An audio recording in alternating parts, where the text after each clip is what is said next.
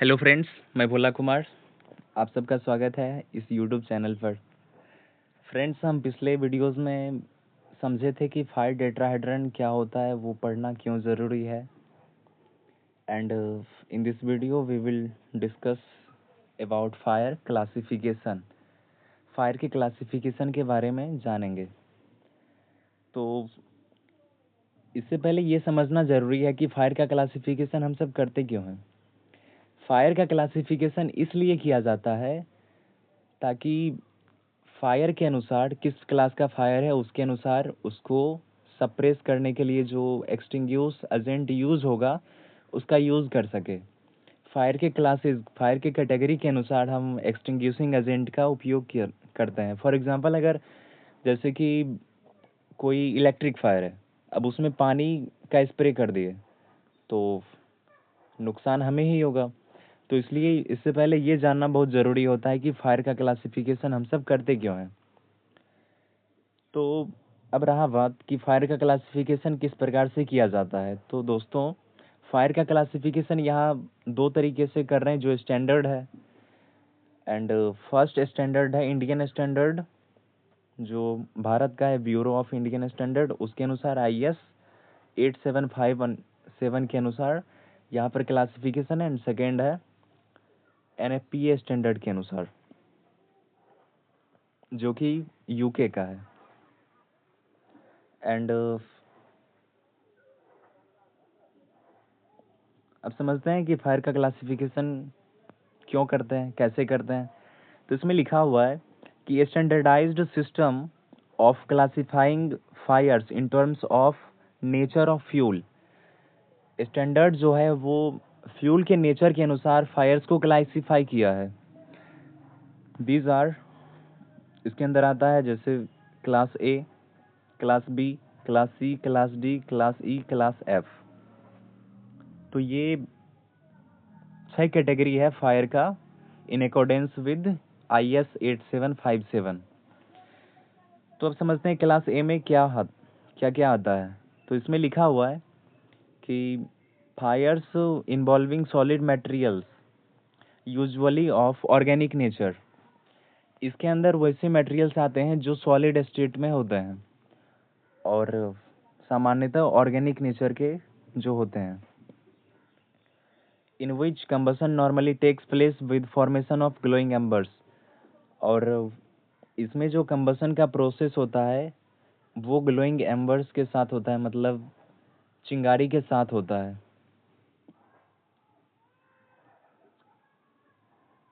And second class है यहाँ पर क्लास B। क्लास B में लिखा हुआ है फायर्स इन्वॉल्विंग लिक्विड्स, लिक्विफिएबल सॉलिड्स। इसके अंदर वैसे फायर को रखा जाता है जो लिक्विड्स फायर होते हैं, जिसमें लिक्विड्स के कारण फायर लगा होता है, जिसका मेन फ्यूल लिक्विड्स होता है। जैसे कि लिक्विड में आ गया पेट्रोलियम, अल्कोहल। और लिक्विफिएबल सॉलिड्स लिखा हुआ है, मतलब कि वैसे सॉलिड्स जो लिक्विड में बदल जाए। For example grease, grease semi solid stage में होता है और उसमें भी फायर अगर लगता है तो वो पहले लिक्विड बन जाता है, तब वो जलता है। तो liquefiable solids. And class C, class C में लिखा हुआ है फायर इन्वॉल्विंग गैसेज। वैसे फायर्स जिसमें गैसेज इन्वॉल्व होते हैं, for example LNG, LPG, CNG et cetera. जो गैसेज के कारण फायर होता है, जिसमें मेन फ्यूल गैसेज होता है, जैसे मीथेन हो गया, प्रोपेन हो गया, ब्यूटेन हो गया। प्रोपेन और ब्यूटेन का कम्बिनेशन ही LPG होता है, जो हमने कहा अभी। And class D, class D में लिखा हुआ है कि फायर्स इन्वॉल्विंग मेटल्स। वैसे फायर्स जिसमें मेटल्स, जो कम्बस्टिबल मेटल्स होते हैं, कुछ मेटल्स ऐसे हैं जो जलते भी हैं, जैसे कि मैग्नीशियम, सोडियम, जिरकोनियम। ये 3 एग्जाम्पल हमने यहाँ पर लिखा है। और भी होता है जिरकोनियम के अलावे, इन 3 के अलावे पोटेशियम एट्सेट्रा। तो कुछ मेटल्स ऐसे हैं जो फायर कैच कर सकता है। एंड क्लास ई, पांचवा कैटेगरी है IS 8757 के अनुसार। क्लास ई, क्लास ई में वैसे फायर्स इन्वॉल्व्स होते हैं जो इलेक्ट्रिकल फॉल्ट्स के वजह से लगते हैं, electrical hazard. For example short circuit हो गया, या केबल्स के आसपास कोई स्पार्क हो गया, उसके कारण जो फायर होता है, मेनली शॉर्ट सर्किट। तो शॉर्ट सर्किट के कारण जो फायर होता है वो क्लास ई कैटेगरी में आता है। और अधिकतर फायर जो दुकान में, मॉल्स में लगते हैं वो शॉर्ट सर्किट के कारण ही लगते हैं, इसलिए ये भी एक फायर का कैटेगरी है IS 8757 के अनुसार। एंड क्लास एफ, जो छठा कैटेगरी है फायर का, उसमें लिखा हुआ है fires involving cooking oil and fat. जो कुकिंग ऑयल होता है, किचन फायर, यानी जो किचन में फायर लग सकता है कुकिंग ऑयल के वजह से, फैट के वजह से, तो ये क्लास एफ कैटेगरी में आता है। तो ये टोटल 6 कैटेगरीज हैं फायर के in accordance with 8757, IS code 8757 के अनुसार। एंड आगे हम समझते हैं कि NFPA स्टैंडर्ड के अनुसार वो कौन कौन से कैटेगरी हैं फायर के।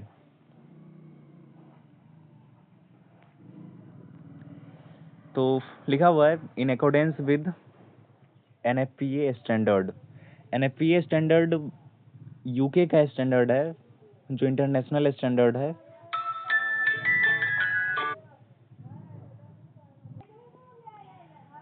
ऑल राइट, तो अब हम समझते हैं कि NFPA स्टैंडर्ड के अनुसार वो कौन कौन से फायर के क्लासेस होते हैं।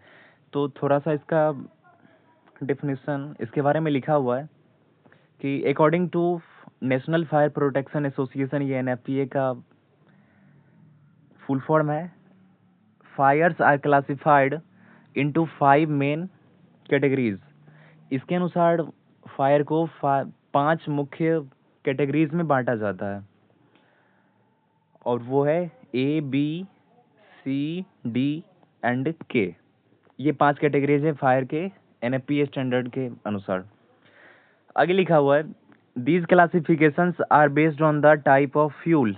इसमें भी जो फायर का क्लासिफिकेशन किया गया है वो फ्यूल कैसा इन्वॉल्व है फायर के अंदर, उसी के आधार पर किया गया है, उसी के बेस पर। तो इन द फायर, फायर में कौन कौन सा फ्यूल, किस प्रकार का फ्यूल इन्वॉल्व है। And each class requires a specific type of fire extinguisher for safe and effective suppression. और आगे कह रहा है कि सभी प्रकार के जो फायर्स हैं उसको एक स्पेसिफिक टाइप का फायर एक्सटिंग्यूशर जरूरी पड़ता है for safe and effective suppression, उससे सुरक्षा, आग से सुरक्षा पाने के लिए और उसे सप्रेस करने के लिए। सभी के लिए अपना अपना अलग अलग फायर एक्सटिंग्यूशर भी आता है। फायर एक्सटिंग्यूशर क्या होता है ये हम अगले वीडियोस में समझेंगे। तो फिलहाल अभी इतना बता दें कि फायर एक्सटिंग्यूशर एक छोटा सा फायर सप्रेशन इक्विपमेंट कह ले, जिसका यूज़ हम करते हैं छोटे फायर को एक्सटिंग्यूश करने में। छोटा पैमाना का फायर है, यानी कि उसका फेज़ कौन सा है, तो उसका फेज़ इंसिपिएंट स्टेज में होगा अभी, मतलब फायर अभी जस्ट लगा ही है। तो उसी कैटेगरी के फायर को उसको फायर एक्सटिंग्यूशर से सप्रेस कर सकते हैं। अन्यथा जो बड़ा फायर होता है उसमें ये अप्लाई नहीं किया जा सकता है, क्योंकि इसमें काफ़ी कम मात्रा में एक्सटिंग्यूशिंग एजेंट भरा होता है कि एक इनिशियल कंडीशंस में उस फायर को बुझाया जा सके। और सामान्यतः छोटा फायर ही बड़ा रूप लेता है, कोई भी फायर पहले छोटा ही होता है। अगर उसको इंसिपिएंट स्टेज में ही बंद कर दिया जाए फायर एक्सटिंग्यूशर की सहायता से, तो वो फायर बड़ा नहीं होगा। इसीलिए डिटेक्टर्स लगे होते हैं। हम इस सब के बारे में भी जानेंगे कि डिटेक्टर्स क्या होता है, जो फायर को डिटेक्ट कर ले और लोगों को अलार्म कर दे, अलर्ट कर दे कि यहाँ पर फायर लगी है। तो इंसिपिएंट स्टेज में ही इस फायर एक्सटिंग्यूशर की सहायता से उसे बुझाया जा सके, एक्सटिंग्यूश किया जा सके, सप्रेस किया जा सके, according to the fire safety advice centres. जो फायर सेफ्टी का एडवाइस सेंटर है उसके अनुसार ऐसा कहा जाता है कि विभिन्न प्रकार के जो फायर्स होते हैं, ये पांचों कैटेगरी पर अलग अलग प्रकार के फायर एक्सटिंग्विशर्स यूज होंगे। एंड ये पांचों कैटेगरी के बारे में नीचे लिखा हुआ है डिटेल से, class A, class B, class D, class C, class D and class K. तो एक एक करके समझते हैं सभी को। क्लास ए में कौन कौन सा फ्यूल इन्वॉल्व होता है, तो यहाँ पर लिखा हुआ है कि these fires involve ordinary combustible materials like wood. तो इसमें जो कंबस्टिबल मटेरियल्स है, कंबस्टिबल सॉलिड मटेरियल्स, वुड हो गया, पेपर हो गया, क्लॉथ हो गया एंड सम प्लास्टिक्स, कुछ प्लास्टिक्स हो गए, ये सब सॉलिड स्टेट में होते हैं। तो जैसा कि ऊपर IS 8757 के अनुसार बतलाया गया, यहाँ पर भी क्लास ए कैटेगरी जो है वो सेम है। तो नेक्स्ट को देखते हैं, class B fire. Class B क्या है, तो इसमें लिखा हुआ है these fires involve flammable liquids and gases. अच्छा, ऊपर में IS 8757 के अनुसार ऐसा था कि क्लास बी में केवल फ्लेमेबल लिक्विड्स था, लेकिन यहाँ पर लिक्विड्स एंड गैसेस दोनों को इन्वॉल्व किया गया है, such as gasoline, oil, grease and propane. Propane का एक एग्जांपल, ये गैस का एक एग्जांपल लिया गया है, बाकी सब ये लिक्विड्स स्टेट में रहते हैं। तो ऊपर क्लास बी में था लिक्विड फायर और क्लास सी में था गैसेज फायर, लेकिन यहाँ पर क्लास बी और क्लास सी को कंबाइंड करके क्लास बी में ही लिख दिया गया है according to NFPA standard. NFPA standard के अनुसार, ये यूके का स्टैंडर्ड है। एंड अब हम समझते हैं क्लास सी में कौन सा फायर है। तो लिखा हुआ है क्लास सी में these fires involve energised electrical equipment like computers, appliances and wiring. तो इसमें इलेक्ट्रिकल फायर को इन्वॉल्व किया जाता है, इसके अंदर इलेक्ट्रिकल फायर रखा जाता है, जैसे कंप्यूटर रूम में, कंप्यूटर सर्वर रूम में फायर लग गया, या फिर कोई इलेक्ट्रिकल अप्लायंसेज है उसमें फायर कैच हो गया, और वायरिंग, जो वायरिंग है उसमें स्पार्क की वजह से फायर होने की संभावना है। तो उस सब को जो इलेक्ट्रिकल फायर्स हैं यहाँ पर क्लास सी में ही रखा गया है। एंड क्लास डी में लिखा हुआ है कि these fires involve combustible metals, जो कंबस्टिबल मेटल्स हैं, such as magnesium, titanium and sodium.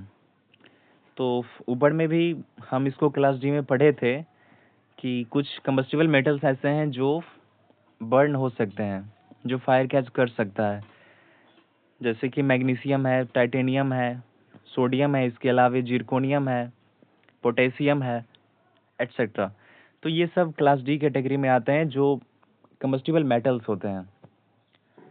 And class K, last है class K, these fires involve cooking oil, fats, grease in cooking appliances.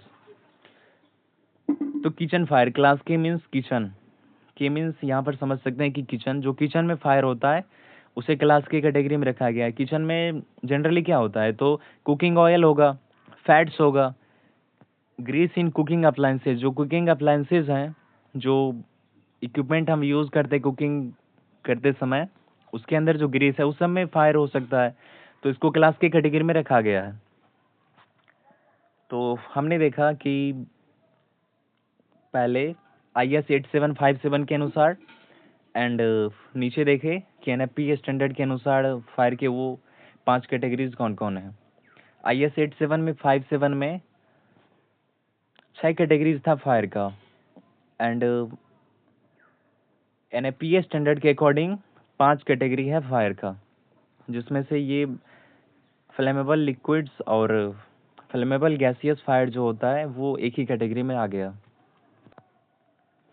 And नीचे देखे तो इसका एक फिगर दिया हुआ है NFPA स्टैंडर्ड के अनुसार, कि वो 5 कैटेगरीज का एक डायग्राम से समझाया जा रहा है।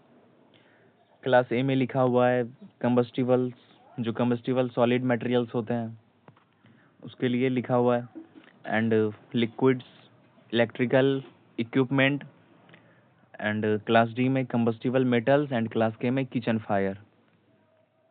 तो ये 5 कैटेगरीज हैं अकॉर्डिंग टू एनएफपीए स्टैंडर्ड। तो आज के लिए इतना ही। हम अगले वीडियोस में मिलेंगे नेक्स्ट नए टॉपिक के साथ। अब तक के लिए धन्यवाद।